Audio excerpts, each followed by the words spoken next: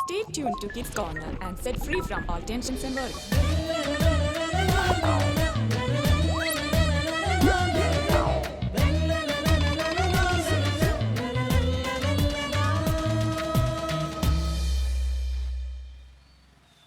ഇന്നെന്താ നല്ല ദേഷ്യത്തിലാണതാ? അവനുണ്ടല്ലോ, അവനിട്ട് ഞാൻ അടുത്ത പ്രാവശ്യം ഒന്ന് കൊടുക്കും. എന്ത് പറ്റി? ആ ജോസില്ലേ, അവൻ എന്നെ സ്ഥിരം കളിയാക്കും. കഴിഞ്ഞാഴ്ച എല്ലാവരുടെയും മൂവി വെച്ച് എന്നെ കളിയാക്കി. അത് നീ കേട്ടില്ലാന്ന് വെച്ചാൽ അങ്ങനെ നടന്നു പോയാൽ മതി. ക്ഷമിക്കുന്നവരും അവന് കൂടിക്കൂടി വരിക. എൻ്റെ അപ്പച്ചൻ പറയാറുണ്ട്, ക്ഷമിക്കുന്ന ആളെ യഥാർത്ഥ ഹീറോ എന്ന്. Praise God. ഇന്നത്തെ കിഡ്സ് കോർണറിലേക്ക് എൻ്റെ എല്ലാ കൂട്ടുകാർക്കും സ്വാഗതം. ഇന്നത്തെ നമ്മുടെ ടോപ്പിക് ക്ഷമ. ക്ഷമിക്കാൻ നമ്മളോട് ഒത്തിരി പേര് പറയാറുണ്ട് അല്ലേ? പക്ഷേ ക്ഷമ എന്ന് പറയുന്ന ഒരു കാര്യം വളരെ ബുദ്ധിമുട്ടുള്ളൊരു കാര്യം തന്നെയാണ് അല്ലേ? അപ്പോൾ ഇന്നത്തെ ഈ എപ്പിസോഡിൽ നമുക്ക് ക്ഷമയെക്കുറിച്ച് കൂടുതൽ അറിയാം. അതിനായി നമ്മളെ സഹായിക്കാൻ ടിൻഡു ആൻറ്റി വരുന്നുണ്ട്. ഓക്കെ, അപ്പോൾ നമുക്ക് ഇന്നത്തെ വചനത്തെക്കുറിച്ച് ഇപ്പം പഠിക്കാം. ഇന്നത്തെ വചനം ഇതാണ്: സുഭാഷിതങ്ങൾ 15-ാം അധ്യായം 18-ാം വാക്യം. മുൻകോപി കലഹം ഇളക്കി വിടുന്നു, ക്ഷമാശീലൻ അത് ശമിപ്പിക്കുന്നു. ഒന്ന് റിപ്പീറ്റ് ചെയ്യോ? മുൻകോപി കലഹം ഇളക്കി വിടുന്നു, ക്ഷമാശീലൻ അത് ശമിപ്പിക്കുന്നു. ഓക്കെ, ഇനി സുഖജപം. ഈശോയെ ഞങ്ങളെ ക്ഷമിക്കാൻ പഠിപ്പിക്കണമേ. ഈശോയെ ഞങ്ങളെ ക്ഷമിക്കാൻ പഠിപ്പിക്കണമേ.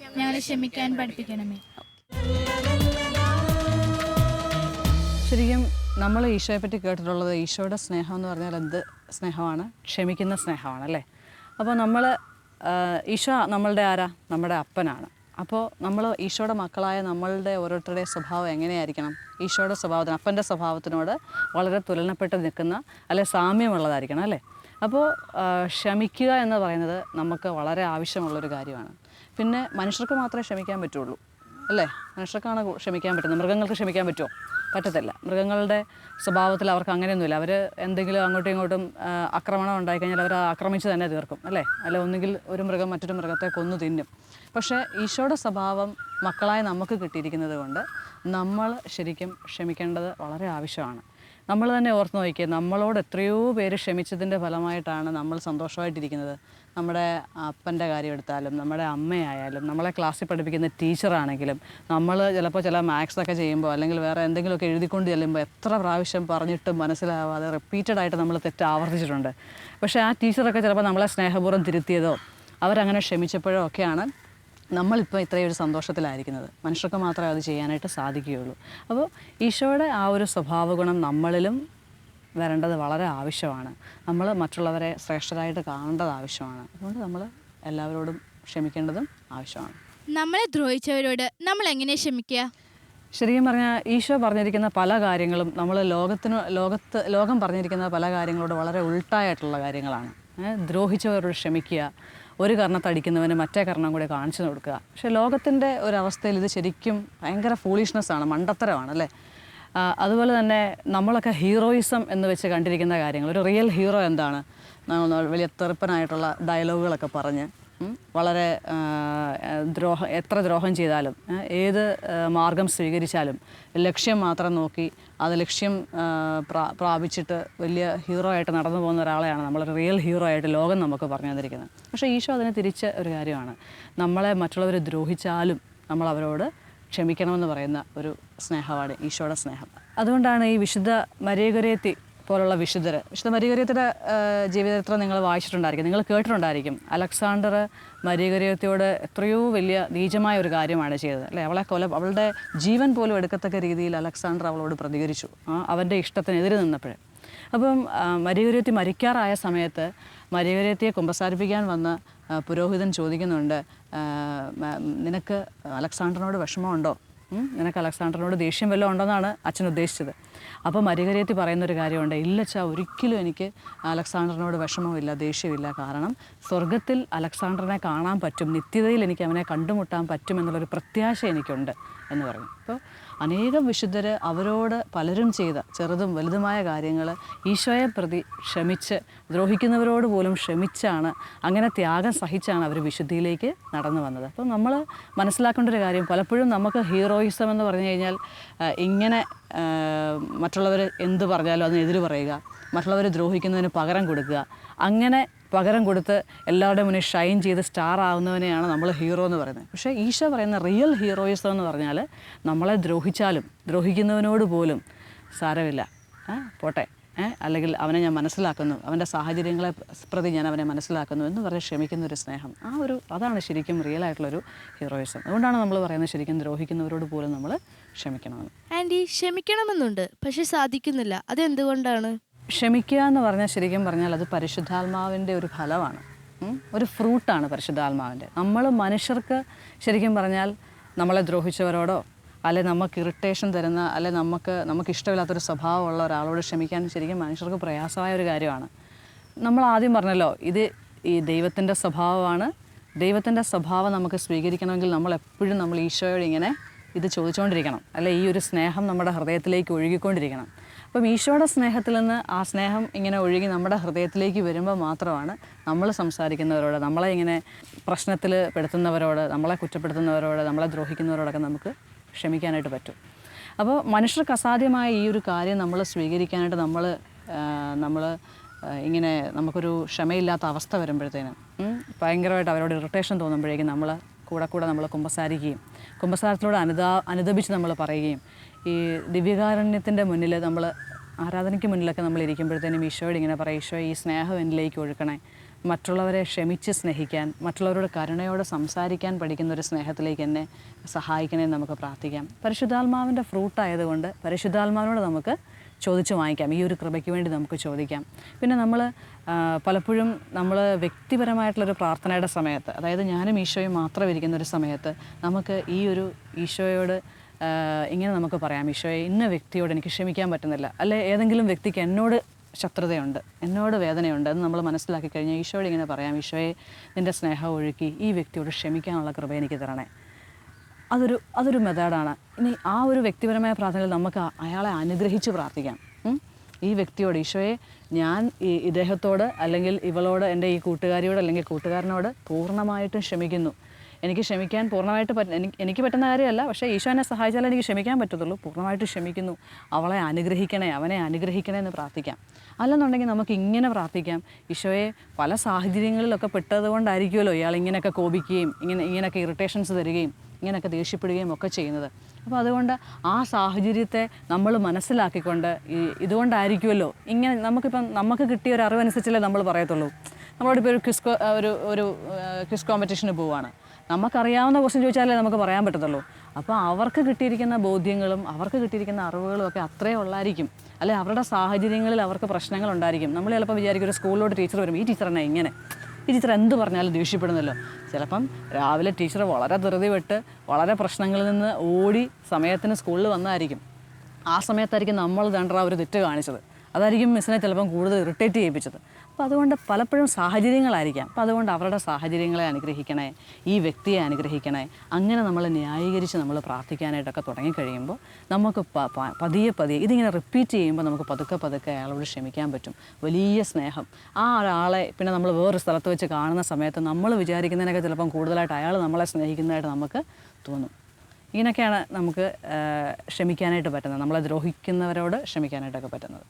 നമ്മളെ ഇറിറ്റേറ്റ് ചെയ്യുന്നവരോട് എങ്ങനെയാണ് ക്ഷമിക്കുക? അത് ഭയങ്കര ഒരു പ്രയാസകരമായ ഒരു കാര്യമാണ്, അല്ലേ? നമ്മളെ ഇങ്ങനെ എന്തു പറഞ്ഞാലും നമ്മൾ എത്ര ക്ഷമിച്ചിട്ടും നമുക്ക് പ്രയാസമാണ്. ഇയാൾ നമ്മളെ ഇറിറ്റേറ്റ് ചെയ്തുകൊണ്ടിരിക്കുന്നത്. നമ്മളതിനകത്തൊരു കാര്യം മനസ്സിലാക്കേണ്ടത് ഇത്രേ ഉള്ളൂ, നമ്മൾ ക്ഷമിക്കുന്ന മനുഷ്യരാണെങ്കിൽ, ക്ഷമിക്കുന്ന കുട്ടികളാണെന്നുണ്ടെങ്കിൽ ഈ സ്വർഗം ഭയങ്കരമായിട്ട് സന്തോഷിക്കും, അല്ലേ? അതേസമയം നമ്മൾ ഭയങ്കര വൈരാഗ്യം കാണിക്കുന്നവരാണെങ്കിലോ ആരെയായിരിക്കും നമ്മൾ സന്തോഷിപ്പിക്കുക? നമ്മൾ പിശാചിനെ ആയിരിക്കും സന്തോഷിപ്പിക്കുക. അപ്പോൾ നമ്മുടെ ഓരോ പ്രവൃത്തിയും നമ്മുടെ ഓരോ വാക്കും സ്വർഗത്തെ സന്തോഷിപ്പിക്കുന്നതായിരിക്കണം. ഇപ്പം വിശുദ്ധ ജർമ്മൈൻ്റെ ജീവിതത്തിൽ ഇങ്ങനെ പറയുന്നുണ്ട്, ജർമ്മൈൻ്റെ രണ്ടാനമ്മ ജർമ്മൈനോട് ഭയങ്കരമായിട്ടും ദേഷ്യപ്രകൃതം കാണിക്കുന്ന ഒരാളായിരുന്നു. അവൾ എന്ത് ചെയ്താലും കുറ്റപ്പെടുത്തും, അവളെ അടിക്കും, ശിക്ഷിക്കും, അവളെ ഭയങ്കരമായിട്ട് ഇറിറ്റേറ്റ് ചെയ്യിപ്പിക്കും. അപ്പോൾ ജർമ്മൈന് ശരിക്കും പറഞ്ഞാൽ ആടുകളെയൊക്കെ മേയ്ക്കാനായിട്ട് കാട്ടിലൊക്കെ പോകുന്ന സമയത്ത് അവൾ ഈശോയോടാണ് ഇത് മുഴുവൻ പറയുന്നത്. ഈശോയോട് അവൾ പറയുന്ന രീതി എങ്ങനെയാണെന്ന് വെച്ച് കഴിഞ്ഞാൽ ചിലപ്പോൾ അവൾക്ക് ഈശോയുടെ രൂപമോ അങ്ങനത്തെ സംഭവങ്ങളൊന്നും അവളുടെ കയ്യിലില്ല.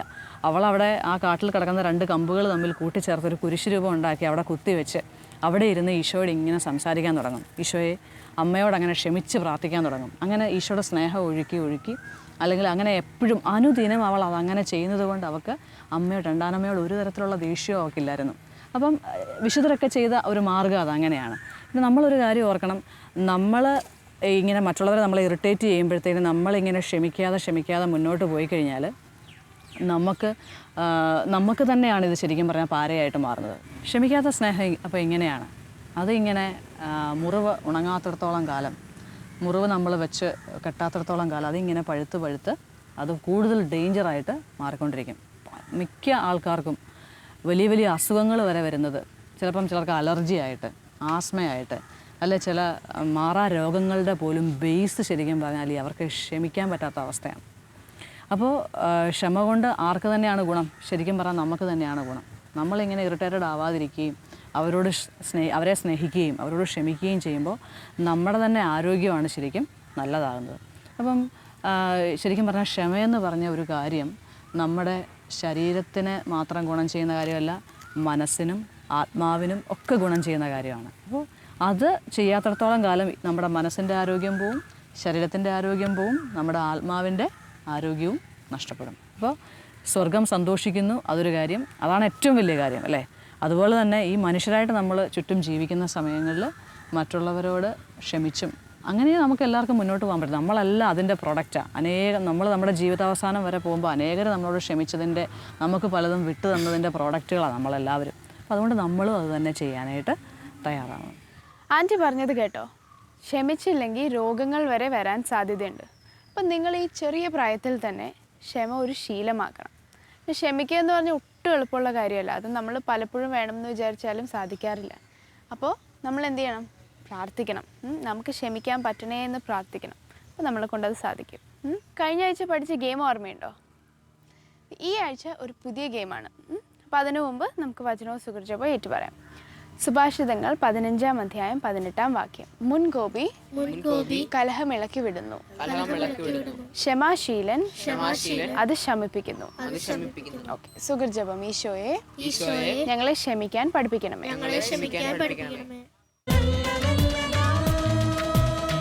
കൂട്ടുകാരെ, നമുക്കൊരു ഗെയിം കളിച്ചാലോ? അപ്പോൾ നിങ്ങൾക്ക് ആർക്കെങ്കിലും 10 പ്രമാണങ്ങൾ അറിയോ? എല്ലാവർക്കും അറിയാം അല്ലേ? അപ്പോൾ എനിക്ക് വേണ്ടി ആരാ വന്ന് ഇവിടെ വന്ന് പറയാൻ പോണേ?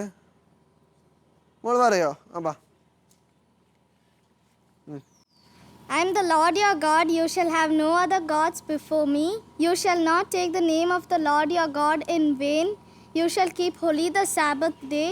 Honor your father and mother. You shall not kill. You shall not commit adultery. You shall not steal. You shall not bear false witness against your neighbors. You shall not covet your neighbor's wife. You shall not covet your neighbor's goods. Okay, നന്നായി പറഞ്ഞു മോൾ. ഒരു ചെറിയ കയ്യടിയിൽ ആർക്ക് കൊടുക്കാം. Okay, അപ്പോൾ നമ്മളിപ്പോൾ കളിക്കാൻ പോണേ ഈ ഗെയിമിൽ നിങ്ങൾക്ക് എല്ലാവർക്കും 10 പ്രമാണം അറിയാമെന്നല്ലേ പറഞ്ഞേ? അപ്പോൾ ഒരു പ്രമാണത്തിൻ്റെ നമ്പർ പറയും ഞാൻ. അപ്പോൾ നിങ്ങൾ രണ്ടുപേരും 2 ടീമായിട്ട്. അപ്പോൾ ഏത് ടീമാണ് ഞാൻ പറയുന്ന ടീം ഒരാൾ കൈ പൊക്കിയിട്ട് ആൻസർ പറയണം. അപ്പോൾ ആരാണ് ഞാൻ തരുന്ന സമയത്തിനുള്ളിൽ പറയണേ അവർക്ക് പോയിന്റ്സ് കിട്ടും. മനസ്സിലായല്ലോ? റൂൾസ് എല്ലാം മനസ്സിലായല്ലോ? നമുക്ക് ഒരു ട്രയൽ നോക്കാം. ഇപ്പോൾ ഈ ടീമിനെ ഞാൻ ടീം എ എന്ന് വിളിക്കാം, ഈ ടീമിനെ ടീം ബി എന്ന് വിളിക്കാം. അപ്പോൾ ഞാൻ ഫസ്റ്റ് ട്രയൽ ക്വസ്റ്റ്യൻ ടീം എയുടെ അടുത്ത് ചോദിക്കാം. 9-ാം പ്രമാണം ഏതാണ്? എല്ലാവരും കൂടി കൈവക്കല്ലേ, ആരെങ്കിലും ഒരാൾ കൈവക്കണം. ഓക്കെ, ഇപ്പം മോൻ പറഞ്ഞോ. അടുത്ത നിങ്ങളെ ഒന്ന് പറഞ്ഞോ. ഏതാ 9-ാം പ്രമാണം? അന്യന്റെ ഭാര്യയെ മോഹിക്കരുത്. Okay, correct. ഇനി നമുക്ക് ടീം ബിയുടെ അടുത്തും ഒരു ട്രയൽ ക്വസ്റ്റ്യൻ ചോദിക്കാം. 2-ാമത്തെ പ്രമാണം ഏതാണ്? മോളൊന്ന് പറഞ്ഞു. Do not take the Lord your God's name in vain. Okay, ഇപ്പം എല്ലാവർക്കും ഇങ്ങനെ കളിയെന്ന് മനസ്സിലായല്ലോ? നമുക്ക് കളിക്കാമല്ലോ? ഓക്കെ, ഇപ്പോൾ ഫസ്റ്റ് ഞാൻ ഗ്രൂപ്പ് എനോട് തന്നെ ചോദിക്കാം. 3 സെക്കൻഡ് വരും, അതിനുള്ളിൽ പറയണം. 5-ാം പ്രമാണം ഏതാണ്? ആര് പറയും?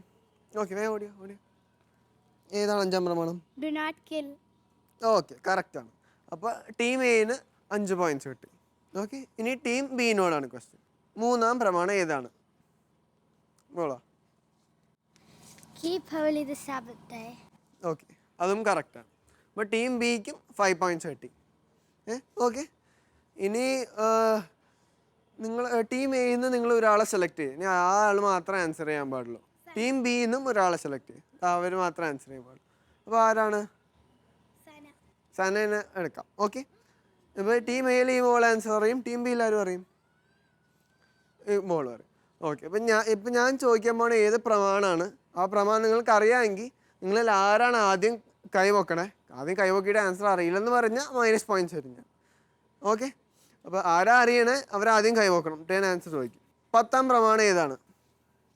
മോളാണ് ആദ്യം കൈ വെക്കുക. നിങ്ങളത് കൈ വെക്കണ്ട, നിങ്ങളുടെ ടീമിൽ. ഓക്കെ, മോളെന്ന് പറഞ്ഞു 10ാം പ്രമാണം ഏതാന്ന് പറഞ്ഞു. Do not covet your neighbor's goods. Okay. അപ്പോൾ അതും കറക്റ്റ് ആൻസറാണ്. അപ്പോൾ ടീം ബിക്ക് ഇപ്പോൾ 10 points കിട്ടിയിരിക്കുന്നു, ടീം എക്ക് 5 points. ഇപ്പോൾ തേർഡ് ക്വസ്റ്റ്യൻ ആണ് ഇപ്പോൾ ചോദിക്കാൻ പോകുന്നത്. 4ാം പ്രമാണം ഏതാണ്? ഇപ്പോൾ ടീം എ ആണ് ആദ്യം കൈവക്കിയിരിക്കുന്നത്. ഏതാണ്? Honor your father and mother. Okay, അതും കറക്റ്റാണ്. അപ്പോൾ ടീം എക്ക് ഇപ്പോൾ 10 പോയിന്റ് കിട്ടിയിരിക്കുന്നു, ടീം ബിക്കും 10 points. ഇപ്പം ഞാൻ ടീം എയിൽ നിന്ന് ഒരാളെ വിളിക്കാൻ പോവാണ്. ഇവിടെ നിന്ന് രണ്ടാമതിരിക്കുന്ന മോള് വാ. 3ാം പ്രമാണം ഏതാന്ന് പറഞ്ഞേ? Do not keep holy the Sabbath. Okay, അത് കറക്റ്റാണ്. അപ്പോൾ ടീം എക്ക് ഇപ്പോൾ ടോട്ടൽ 15 points കിട്ടിയിരിക്കുന്നു. ഇനി ഞാൻ ടീം ബിയിൽ നിന്ന് ഒരാളെ വിളിക്കാൻ പോവാണ്. മോളിവിടെ വാ. മോളുടെ അടുത്ത് ഞാൻ ചോദിക്കാൻ പോകുന്നത് 2ാം പ്രമാണം ഏതാണ്? ദൈവത്തിന്റെ തിരുനാമം വൃഥാ പ്രയോഗിക്കരുത്. ഓക്കെ, അതും കറക്റ്റാണ്. അവിടെ ഇരുന്നോ. ഇപ്പോൾ നമ്മുടെ ടീം എക്കും ബിക്കും ഈക്വൽ പോയിന്റ്സ് കിട്ടിയിരിക്കുന്നു. ഇപ്പോൾ നമ്മൾ ഒരു ചെറിയ ചോദ്യം കൂടി ചോദിക്കാം. ഇത് ഏത് ടീമിൽ ആരാണ് ഏറ്റവും കറക്റ്റായിട്ട് പറയുന്നത് അവർക്ക് നമുക്ക് ഫസ്റ്റ് ആക്കാം. ഓക്കെ. അപ്പോൾ ആദ്യം കൈവക്കണം. ഏത് ടീം ആദ്യം കൈവക്കണം അവർക്കാണ്. Do not covet your neighbour's goods. ഇത് എത്രാം പ്രമാണമാണ്? ആര് പറയും? ആദ്യം മോളെ കൈവക്കി. മോളെന്താന്ന് പറ വേഗം. 10th commandment. 10th commandment. ഏതാണോ 10th commandment? ഏതാണോ 10th commandment? Do not covet your neighbor's goods. Okay, കറക്റ്റാണ്. അപ്പോൾ നമ്മുടെ ഈ ഗെയിമിൽ നമ്മുടെ ടീം എ ആണ് ജയിച്ചിരിക്കുന്നത്. നമുക്ക് ടീം എക്ക് ഒരു കൈയടി കൊടുക്കാം, ചെറിയൊരു കൈയടി. ഈ 10 പ്രമാണങ്ങൾ എന്താ നിങ്ങൾക്കറിയോ? എന്തിനാ നമുക്ക് തന്നേക്കണം? ആര് പറയും?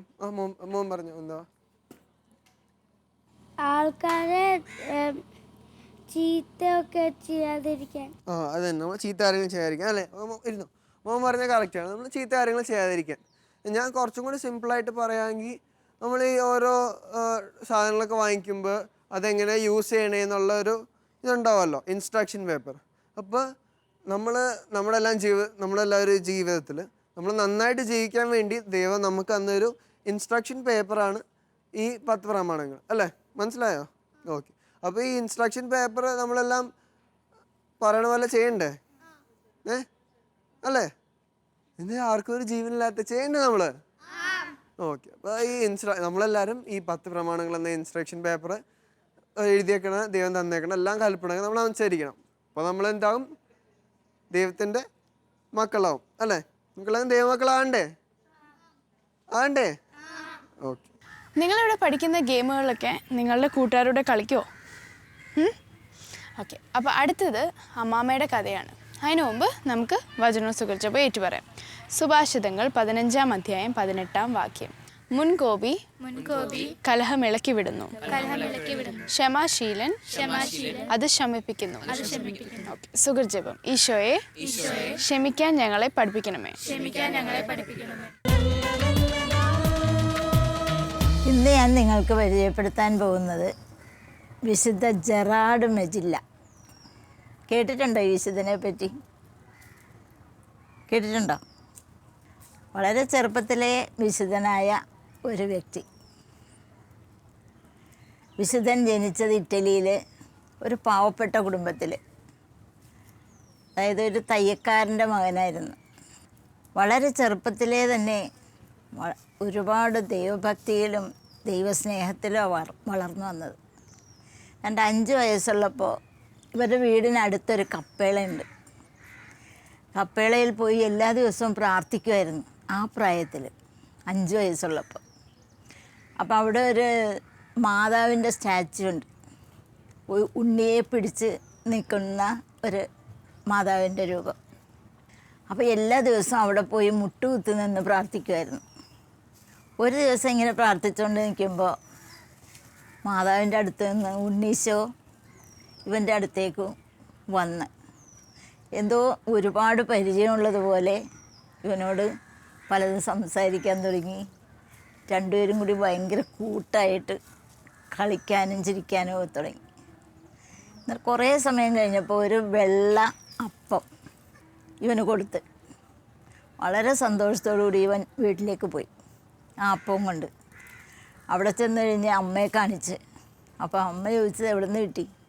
പറഞ്ഞിങ്ങനെ മാതാവിൻ്റെ അടുത്ത് നിന്നിരുന്ന ആ കുഞ്ഞ് എനിക്ക് തന്നതാണെന്ന് പറഞ്ഞു. അപ്പം അമ്മയ്ക്ക് മനസ്സിലായി ഇവൻ്റെ ആ ദൈവഭക്തിയുടെ ആ പാരമ്യത്തിൽ ഈശോ പ്രസാദിച്ചുകൊണ്ട് കൊടുത്തതാണെന്നുള്ളത് മനസ്സിലായി. അങ്ങനെ അപ്പോൾ ഒരു ദിവസം ഇത് പല പ്രാവശ്യം ആവർത്തിച്ച്. ഒരു പ്രാവശ്യം ഇവൻ്റെ സഹോദരി ബ്രിജിറ്റ്, അവൾക്കും ഇത് കാണാനുള്ള ഭാഗ്യമുണ്ടായി. കുറച്ച് നാൾ കഴിഞ്ഞപ്പോൾ ഇവൾ പറഞ്ഞ് അന്നിങ്ങനെ ഒരു സംഭവം ഉണ്ടായില്ലേ, ഒരു വെള്ള അപ്പം നിനക്ക് ഈശോ തന്നില്ലേ, കുഞ്ഞ് ഉണ്ണീശോ തന്നില്ലേ. അപ്പോൾ ഇത് കേട്ട് കഴിഞ്ഞപ്പോൾ ഇവൻ പറഞ്ഞ നമുക്കൊരു പ്രാവശ്യം കൂടി ഒന്ന് പോകാം അവിടെ. പറഞ്ഞ് എന്തിനാ? നമുക്കത് ഉണ്ണീശോ ആ അപ്പം തരും എന്ന് പറഞ്ഞ് അങ്ങനെയല്ല, എനിക്ക് എപ്പോൾ വേണമെങ്കിലും ഉണ്ണീശോ വരും, എൻ്റെ അടുത്ത് വരും, ഉണ്ണീശോയെ കാണും, ഉണ്ണീശോയുമായിട്ട് സംസാരിക്കും, എൻ്റെ അടുത്ത് എപ്പോഴും വരും, പിന്നെ എനിക്ക് അവിടെ പോകണമെന്നില്ലെന്ന് പറഞ്ഞു. അപ്പം അങ്ങനെ രണ്ടുപേരും ചിരിച്ച് തമാശയായിട്ട് അങ്ങനെ എടുത്ത് പോയി. ഏതാണ്ട് 16 വയസ്സുള്ളപ്പോൾ ഇവനൊരു ജോലിക്ക് പോയി. ആ യജമാനൻ ഭയങ്കര കർക്കശക്കാരനും ഭയങ്കര ദേഷ്യക്കാരനുമായിരുന്നു. പക്ഷേ ഇവൻ അതുകൊണ്ടൊന്നും ഒരു വിഷമം തോന്നിയില്ല. എന്താണെന്ന് വെച്ചാൽ ഇവനറിയാം ഈശോയുടെ അടുത്ത് എത്തണമെങ്കിൽ ഈശോ സഹിച്ചതുപോലെ കുറേ സഹനം വേണമെന്നുള്ളത്. അങ്ങനെ ഇവൻ വളരെ സന്തോഷത്തോടു കൂടിയാണ് ഇയാളോട് പെരുമാറിക്കൊണ്ടിരുന്നത്. 1 മാസം തികച്ച് ആരും ഇയാളുടെ അടുത്ത് ജോലിക്ക് നിന്നിട്ടില്ല. അതേസമയം ഇവൻ സന്തോഷത്തോടെ 3 കൊല്ലം ഇയാളുടെ കൂടെ ജോലി ചെയ്ത്. ഒരു ദിവസം അയാൾ പെട്ടെന്ന് മരിച്ചു കഴിഞ്ഞപ്പോൾ സാധാരണ മനുഷ്യരാണെങ്കിൽ വിചാരിക്കും ശല്യം ഒഴിവായല്ലെന്ന്. പക്ഷെ ഇവൻ അങ്ങനെയല്ല വിചാരിച്ചത്. അയ്യോ, എൻ്റെ ഉറ്റ സ്നേഹിതൻ മരിച്ചപ്പോഴുള്ള ആ വിഷമത മുഴുവൻ ഇവനെ അനുഭവപ്പെട്ട് സങ്കടത്തോടു കൂടിയാണ് അവൻ തിരിച്ച് വീട്ടിലേക്ക് പോയത്. അങ്ങനെ സഹനത്തോട് കൂടുതൽ അഭികാമ്യം കാണിച്ചുകൊണ്ടാണ് ഇവൻ ജീവിച്ചുകൊണ്ടിരുന്നത്. ഒരിക്കൽ ഇവൻ ഇങ്ങനെ നടന്നു പോകുമ്പോൾ പെട്ടെന്നൊരു വീട്ടിൽ അസാധാരണമായിട്ട് ഇവൻ ആ വീട്ടിൽ കയറിയപ്പോൾ അവിടെ ചെറിയ വീടാണ്. അവിടുത്തെ ആ സ്ത്രീ ഗർഭിണിയായിരുന്നു. പ്രസവ വേദന കൊണ്ട് സഹിക്കാൻ പറ്റാത്തത്രയും വേദന സഹിച്ചുകൊണ്ട് കിടക്കുകയാണ്. മരിക്കാൻ അത്രമാത്രം മരണത്തോട് മല്ലടിച്ച് കിടക്കുന്ന ഒരവസ്ഥ. ഇവൻ അവിടെ കയറി കുറേ നേരം ഈ സ്ത്രീക്ക് വേണ്ടി പ്രാർത്ഥിച്ചു കഴിഞ്ഞ് അവർ സൗഖ്യം പ്രാപിച്ച് നല്ലൊരു കുഞ്ഞിനെ പ്രസവിച്ച്. അപ്പോൾ അന്ന് മുതലേ ഈ ജെറാഡിനോട് ഗർഭിണികൾക്ക് വേണ്ടി മാധ്യസ്ഥം വഹിക്കാൻ ഒരു പ്രത്യേക കഴിവാണ് ഈ ജെറാഡ് പുണ്യവാളനുണ്ടായിരുന്നത്. അവൻ അങ്ങനെ ഒരുപാട് ഗർഭിണികൾ ഈ പുണ്യവാളനോട് ഇന്നും പ്രാർത്ഥിച്ച് സുഖപ്രസവം നേടിയിട്ടുണ്ട്. എല്ലാവരോടും സ്നേഹത്തിലും കരുണയിലും ആരെല്ലാം ഏതെല്ലാം വിധത്തിൽ വേദനിക്കുന്നു അല്ലെങ്കിൽ വിഷമിക്കുന്നു എന്ന് കണ്ടു കഴിഞ്ഞാൽ അവിടെ ജെറാഡ് പുണ്യാളനുണ്ടാവും. അവിടെ അവരെ ആശ്വസിപ്പിച്ചുകൊണ്ട് അവർക്ക് വചനം കൊടുത്തുകൊണ്ട് അവരുടെ ആ വേദനയിൽ പങ്കുകൊണ്ടുകൊണ്ട് അവർക്ക് വേണ്ടി പ്രാർത്ഥിച്ചുകൊണ്ട് അവരെ നേർവഴിക്ക് നടത്തും. അങ്ങനെ അനേകർ മാനസാന്തരത്തിലേക്ക് വരാനായിട്ട് ഈ ജെറാഡ് ഒരു വലിയൊരു ഉപകരണമായി.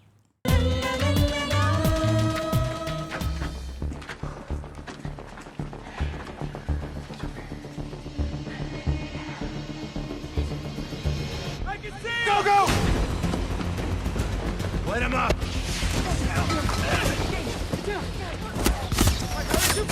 I'm moving closer! Amen. Go.